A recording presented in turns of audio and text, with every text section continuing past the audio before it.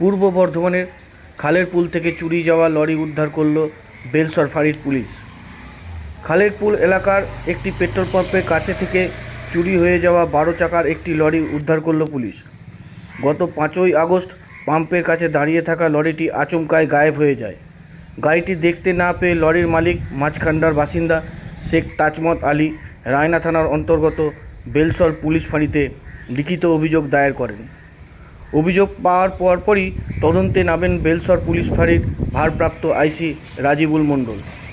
তিনি এলাকার CCTV footage, toll প্লাজার নজরদারি ব্যবস্থা ও বিভিন্ন সূত্রের সাহায্যে তল্লাশি অভিযান শুরু করেন। অবশেষে শুক্রবার হুগলি জেলার মগরা থানার ব্যান্ডেল থার্মাল পাওয়ার স্টেশনের কাছ থেকে চুরি যাওয়া লরিটি উদ্ধার করতে সক্ষম হয় পুলিশ। দ্রুত লরি উদ্ধার হওয়ায় পুলিশ প্রশাসনকে বিশেষ ধন্যবাদ জানিয়েছেন গাড়ির মালিক। মূলত খালের পুল ইন্টারনাল পাম্পের ওখানে গাড়িটা রাখা ছিল। কী গাড়ি রাখা? একটা লরি 12 চাকা ডালাবাড়ি গাড়ি। ওখান থেকে 5 তারিখে আমরা গাড়িটা ভাড়া করে আর গাড়িটা মানে কাছে তৎক্ষণাৎ এসে আমরা এইসব পানিটাকে জানাই। পানি থেকে বলল যে রায়না থানায় লিখিত দরখাস্ত জমা দিই করে এলাম। দিয়ে এসে এখান থেকে পানি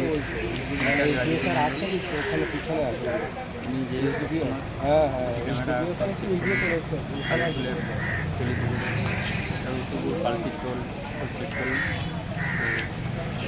গাড়িটি উদ্ধার হয়েছে